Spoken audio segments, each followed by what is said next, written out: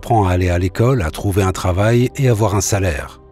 On ne vous enseigne pas à devenir riche. Si vous avez lu Père riche, Père pauvre, mon père riche a refusé de me payer. Il disait qu'un salaire était l'une des choses les plus néfastes que vous pouviez accepter dans votre vie. À partir du moment où vous acceptez un salaire, vous êtes un employé. Et c'est ça l'état d'esprit. Donc mon père riche ne m'a jamais payé. Ça a rendu fou mon père pauvre qui était, vous savez, fonctionnaire. Vous devez payer les gens, vous devez payer les gens. Et mon père riche ne disait pas qu'avoir un salaire était mal, il disait qu'il ne voulait pas être esclave de l'argent. Donc en tant qu'entrepreneur, vous savez, si mon père riche échouait, il créait simplement une autre entreprise. Je n'ai pas besoin d'un salaire, je n'ai pas besoin que qui que ce soit prenne soin de moi. Si mon gouvernement ne m'aime pas, je déménage dans un autre pays. Parce qu'ils ont besoin d'entrepreneurs là-bas. Donc l'entrepreneur n'est pas vraiment un businessman. L'entrepreneur, c'est en fait un état d'esprit et des compétences. Et différents ensembles de règles. Les petites entreprises ne fonctionnent pas selon les mêmes règles que les grandes entreprises. L'entrepreneuriat est d'abord un état d'esprit, des compétences et des règles. Et selon que vous soyez un employé ou une petite entreprise, les règles sont différentes. Les états d'esprit sont différents, les compétences sont différentes. Si vous pouvez dire une chose à quelqu'un qui n'a jamais été entrepreneur et qui pense à faire le pas en devenant un entrepreneur, qu'est-ce que vous pourriez lui dire? Eh bien, je leur dirais simplement la même chose que ce qui m'est arrivé, vous savez. Mon dernier salaire, je m'en souviens encore très bien. C'était l'un des plus beaux et des pires jours de ma vie. Et j'étais à Porto Rico, et je travaillais pour Xerox, et mon patron m'a donné mon dernier, ce n'était pas un salaire, c'était un bonus, je crois qu'il s'élevait à environ 30 000 $, imposable, c'est le seul problème avec ça. Donc je reçois ce chèque et je me dis, bon sang. Vous voyez ce que je veux dire? Donc j'étais heureux, mais j'étais aussi perturbé. Et donc cet autre mec vient me voir, il s'appelait John, et John me dit, tu vas revenir. J'ai dit, pourquoi? Il me dit, parce que tu vas échouer. Je l'ai regardé et je lui ai dit, écoute, quelques insultes, parce que c'est ce qu'il a fait. Il a quitté Xerox, il a échoué et il est revenu. Et j'ai dit, écoute, machin truc, t'as échoué et t'es revenu. Moi je vais échouer et je ne reviendrai jamais. Et c'est ça l'attitude. Voyez ce que je veux dire? Vous êtes sur le point de découvrir la tête qu'avait Ludo, juste après que je quitte mon job sur un coup de tête et que je l'appelle dans la voiture alors que je rentrais à la maison, pour lui dire que tout ira bien. Mais c'est rien passé d'autre que moi qui explose parce que je suis sensible. Voilà ce qui se passe. Alors voilà, tout, mais t'inquiète pas, je suis hyper stable. On dirait pas, mais je suis hyper stable. Il n'y a pas meilleur que moi. Je suis heureux et fâché en même temps. Ouais, pareil. Ouais, c'est flippant. T'inquiète pas, il faut juste qu'on continue ce qu'on faisait. On faisait ce qu'il fallait. Suite à cet appel, il s'est passé plein de choses et ça n'a pas toujours été facile. Mais je n'ai jamais envisagé de retourner au travail. Vous savez pourquoi? Parce que ils allaient jamais me reprendre. Donc l'histoire en 2 mots, c'est que ça fait plus de 10 ans que je travaille en tant qu'employé de commerce. Bien sûr, j'ai fait des grosses pauses, je suis parti aux États-Unis, j'ai fait ma vie, etc. Je fais des trucs. Mais globalement, j'ai l'identité d'un employé de commerce, un employé de bureau qui se fait chier. Qu'on soit bien clair là-dessus, parce que j'ai aussi une mentalité un peu plus artistique et franchement, ça me convient pas. Mais ça va, je survis. Et je me suis fait au confort et à cette routine depuis le temps. Un jour, c'est un mercredi après-midi, je suis au bureau, comme si de rien n'était, avec quelques collègues dans mon bureau, et j'en ai marre. Et d'un coup, je dis, je crois que je démissionne. Et quand j'entends ce que je dis, ça crée un oui en moi. Et je dis, en fait, franchement, je démissionne. Je prends mes affaires, je les donne à mes collègues, et je leur dis, voilà, je suis désolé. Tout le monde pleure, je pars, direct sur le tas, et je ne reviens jamais. Bon, j'ai eu quelques problèmes administratifs à régler avec les ressources humaines, mais je suis jamais retourné dans le bureau que j'ai quitté ce jour-là. Et déjà, je voulais m'excuser pour toutes les personnes que ça a fait souffrir, ou que ça a mis dans le doute. C'était pas contre vous, c'était vraiment pour moi, et c'était surtout pas un choix. Ça veut dire que mon corps a réagi au fait que je dise, je démissionne, et c'était déjà trop tard. Je pouvais plus m'empêcher de le faire. J'ai aussi discuté avec mon ancienne chef, et d'ailleurs je m'excuse aussi, parce que c'était un appel difficile. Et voilà, je voulais dire franchement je m'excuse pour le mal que ça a fait, mais moi j'ai eu besoin de partir, apparemment. Dans tous les cas, je ne serais pas revenu, et en vrai j'étais prêt à devenir livreur de pizza si ça pouvait m'aider à financer mes rêves, mais j'avais plus envie de m'identifier à ce mec des bureaux, ce gars aigri, qui a pas de vie en fait. Ce gars, il va nulle part. Tout ce qu'il essaie de faire, c'est le week-end. C'est quoi? C'est pas une vie. Je ne suis pas là pour juger quoi que ce soit, on est tous comme on est, et on aime ce qu'on aime. Qu'est-ce que disait la grand-mère d'un copain, qui s'appelait Gauthier, disait « Les goûts, les couleurs ne se discutent pas ». Elle disait aussi « Il faut tout pour faire un monde ». Ah non, c'était la mienne ça, je crois. Ah non, elle était raciste. Petit disclaimer, ne faites pas ça chez vous. Pourquoi? Dans quel sens? Bah simplement, ne le faites pas si vous vous sentez pas prêt. Et si vous vous posez la question « Est-ce que je suis prêt à quitter mon job ?» Probablement que la réponse est non. Sinon, vous l'auriez déjà fait. Si vous dites « si j'échoue, je retourne chez papa et maman », alors c'est ce que vous ferez. Donc si vous échouez, c'est à ce moment-là que je suis devenu un entrepreneur parce que je n'avais pas d'argent pendant des années. Vous savez, je n'avais pas de salaire.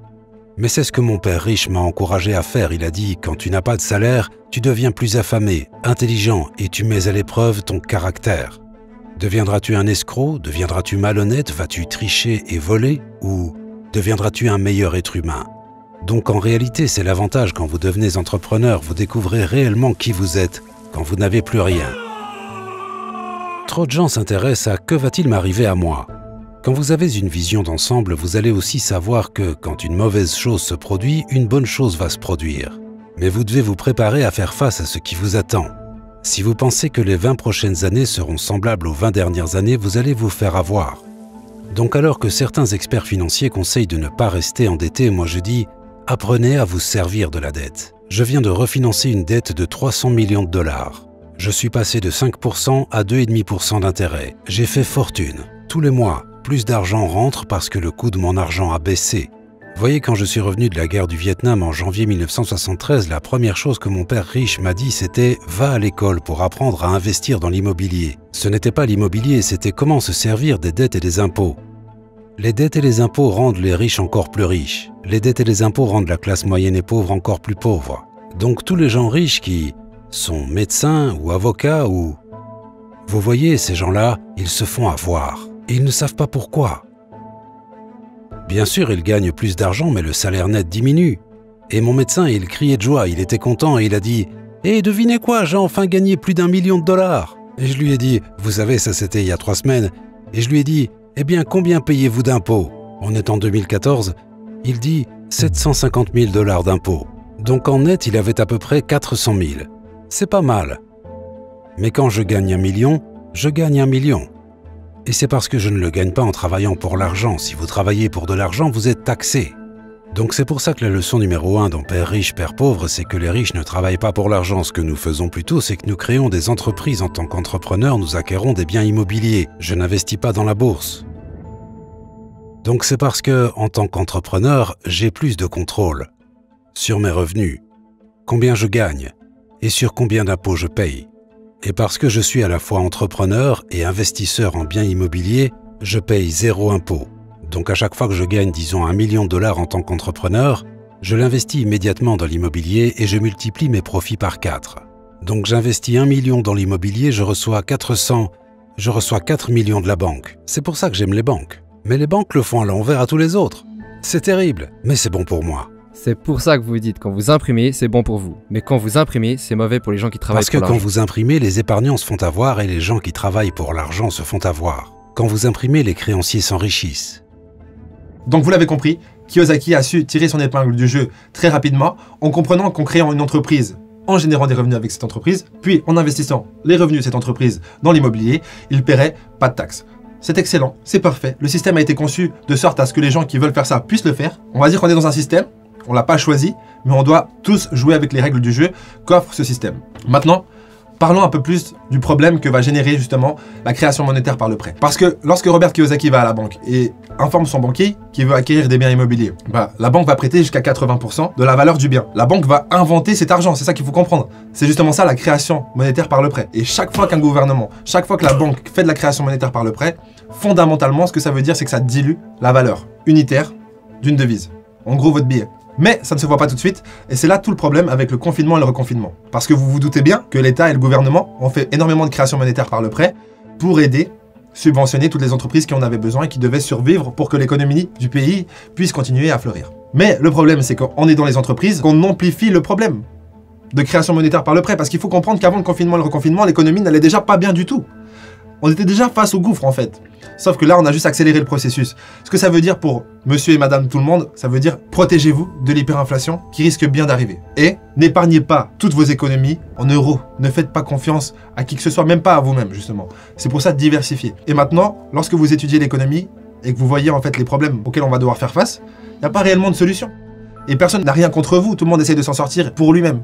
Et ce qu'il faut comprendre, c'est que c'est votre responsabilité de prendre des mesures pour minimiser le risque. Et moi, j'ai vraiment réalisé qu'est-ce qu'était le Bitcoin lorsque j'ai compris dans quelle merde on était. Parce que vraiment, c'est comme l'arche de Noé. Moi, je vois le Bitcoin comme l'arche de Noé. Voilà, c'est moi. Faites ce que vous voulez, vous. Vous voyez, les dettes et les impôts rendent les riches encore plus riches. Et les dettes et les impôts rendent la classe moyenne et pauvre encore plus pauvre. Donc quand on a des idées obsolètes, on obtient des résultats obsolètes. Donc ce qui arrive à la plupart des gens, l'idée d'aller à l'école, de trouver du travail, de travailler dur, d'épargner, de ne pas s'endetter, d'acheter une maison parce que c'est un actif et d'investir sur le long terme, est obsolète. Le monde a changé. Le monde a changé en 1971 quand le président Nixon a décidé qu'on ne dépendrait plus du gold standard et l'argent est devenu de la dette. I have directed Secretary Connally to suspend temporarily the convertibility of the dollar into gold or other reserve assets. Et si on se débarrassait de l'école, qu'est-ce qui se passerait? Ça serait mieux si on n'avait pas du tout de système éducatif? Non, ce que je dis, c'est que l'éducation était plus importante avant, elle est juste obsolète. Vous savez, il y a la loi de Moore La loi de Moore selon laquelle les données sont doublées tous les 18 mois. En d'autres termes, tout est obsolète après 18 mois. Donc, et ça c'est un phénomène récent, donc quand vous sortez de l'école, vous êtes déjà obsolète. Et c'est pour ça que je suis le vieux de service, vous voyez, je rencontre mes amis qui ont étudié à Harvard, ils me disent « j'ai étudié à Harvard » et je leur dis « ouais, c'était il y a combien, 50 ans ?» Aujourd'hui, les banques vous font payer des intérêts pour économiser de l'argent. Autrement dit, les banques ne veulent pas de votre argent, parce qu'ils en ont trop imprimé. Et c'est pour ça qu'il y a ces bulles en bourse et ces bulles dans l'immobilier et tout ça, les gens se déchargent de leur cash. Parce que comme je l'ai dit ici, les épargnants sont des perdants et l'argent ne vaut rien. Et pourtant les gens disent « je veux un job bien payé », eh bien c'est une idée obsolète. Ne pas s'endetter est une idée obsolète, vous devriez apprendre comment accéder à la dette, comment vous servir de la dette pour vous enrichir et ils ne vous apprendront jamais rien sur les impôts. La raison pour laquelle le 1% est tout en haut et que les 99 vont dans cette direction, c'est que quand vous imprimez de l'argent, deux choses se produisent, l'inflation et les impôts, ça les détruit. Et tout entrepreneur qui pense « je vais juste me faire de l'argent et ouvrir une entreprise pour me faire beaucoup d'argent » comme ce dont on a parlé, il faut vraiment qu'il regarde la réalité en face. Ce n'est pas ce que font les vrais entrepreneurs. La plupart des gens sont indépendants, mais ce ne sont pas vraiment des entrepreneurs. Les indépendants sont ceux qui paient le plus d'impôts. Et personne ne leur dit ça. Pour cette partie, si ça vous dérange pas, je vais la faire avec les yeux fermés, parce que je trouve que ce qui se passe, c'est totalement abusif. Bien sûr, on parle de la taxation, pour ce que les Français appellent les auto-entrepreneurs ou les micro-entreprises, et donc la taxe sur votre chiffre d'affaires peut monter jusqu'à 71%. Vous comprenez pourquoi j'ai les yeux fermés? Non mais c'est pas drôle en vrai. C'est tout sauf drôle. Déjà, qu'est-ce que ça fait? Ça tue le talent. Les entreprises de demain, en tout cas, seront pas. C'est pas en France qu'elles vont exister. Et tous les talents en France. Si moi, je suis un talent. Oui, ça se voit pas. Si je suis en France, bah je suis plus en France. Heureusement, je suis en Suisse. Mais très honnêtement, voilà ce que je vous dirais de faire si vous êtes en France et que vous avez de l'ambition et que vous avez envie de créer quelque chose. Faites la base en France. Ça veut dire faites votre analyse de marché, créez votre entreprise en France et dès qu'elle commence à faire de l'argent, barrez-vous. Barrez-vous loin de là. Loin. Attendez, comment on peut demander à des personnes d'être solidaires avec un pays qui te fait couler? Mais tu peux pas demander à quelqu'un d'être solidaire. Genre, imagine, moi je te prends la jambe, je te tire, et je te tire dans une petite cave et je te dis, sois solidaire. Je peux pas faire ça. Tony, tu peux ouvrir les yeux maintenant. Je crois que je suis pas encore prêt pour ça. Ça viendra. Mais ce qu'on disait en fait, c'est qu'une économie qui va mal, ça n'existe pas. Vous savez, vous et moi, nous avons une économie externe. Mais nous avons aussi une économie interne et le pouvoir de changer notre économie interne. Et donc pour moi, je peux voir ce qui va et je peux voir ce qui ne va pas, je m'en fiche un peu. Parce que je serai riche de toute façon. Mais une personne pauvre, avec une économie personnelle pauvre, tout ce qu'elle va voir, c'est une économie qui va mal, parce qu'elle ne sait pas comment gagner de l'argent, peu importe la situation économique. Et une personne de classe moyenne, elle a une économie de classe moyenne. Vous voyez, tout ce qu'elle veut, c'est une belle maison, un salaire régulier, un emploi et une voiture. Et donc, quand vous leur enlevez leur emploi, pour eux, c'est un désastre. Eh bien, comme un entrepreneur n'a de toute façon pas d'emploi, ça ne pose pas problème. Donc, si vous pensez que l'économie va mal, c'est parce que votre économie va mal. Donc, le vrai entrepreneur se concentre sur l'intérieur. Si bien que s'il chute, il se dit « Ah c'est bon ça parce que je vais aller encore plus haut ». Vous savez, la personne lambda va échouer et dire « Oh, je vais prendre du Prozac ». Ou quelqu'un qui fait une erreur et qui dit « Oh, ce n'est pas grave de faire des erreurs ». Eh bien en fait si, ça veut dire que vous ne saviez pas quelque chose. Mais un vrai entrepreneur, peu importe s'il échoue, etc., il avance. Il a toujours la capacité d'avancer. Il peut se relever et aller plus haut, si bien que peu importe ce qui lui arrive, il en ressort meilleur et plus fort et plus intelligent et plus heureux. Mais une personne avec un état d'esprit interne faible a en fait tellement peur de ce qui pourrait arriver qu'en général, c'est ce qui arrive. Par exemple, les gens qui ont peur de perdre leur job, en général, ils perdent leur job. Donc la première mission de l'entrepreneur est de contrôler ce qu'il y a ici, à l'intérieur, pas là-bas, à l'extérieur. Toutes les périodes, aussi sordides soient-elles, restent pleines d'opportunités pour ceux qui cherchent l'opportunité. Ce que j'essaie de dire, c'est que même en temps de guerre, même en temps de chaos, si vous vous arrêtez et que vous regardez le coucher de soleil, vous allez accéder au côté paisible de la vie. Vous voyez ce que je veux dire? Dans tous les cas, n'oubliez pas que dans chaque situation négative se cache du positif et vice-versa. Et du coup, ce confinement et ce reconfinement est peut-être rien d'autre que l'opportunité de faire ce qui est important et pas urgent.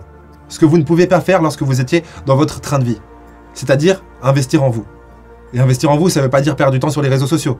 Ça veut dire apprendre quelque chose que vous allez pouvoir utiliser pour vous et vos semblables. Je viens de péter, ça pue dans toute la pièce, donc je te le dis rapidement. N'oublie pas de mettre un pouce en l'air et de t'abonner si ce n'est pas encore fait. Il y a des petites cloches aussi. Clique sur la petite cloche où c'est marqué tout le temps là, où tu reçois tout le temps des notifications. Comme ça, on reste en contact. Et puis voilà. J'espère que cet épisode vous a plu. On arrive encore avec du lourd de chez lourd. Donc préparez-vous, attachez vos ceintures. C'est parti, mon kiki. Au prochain épisode.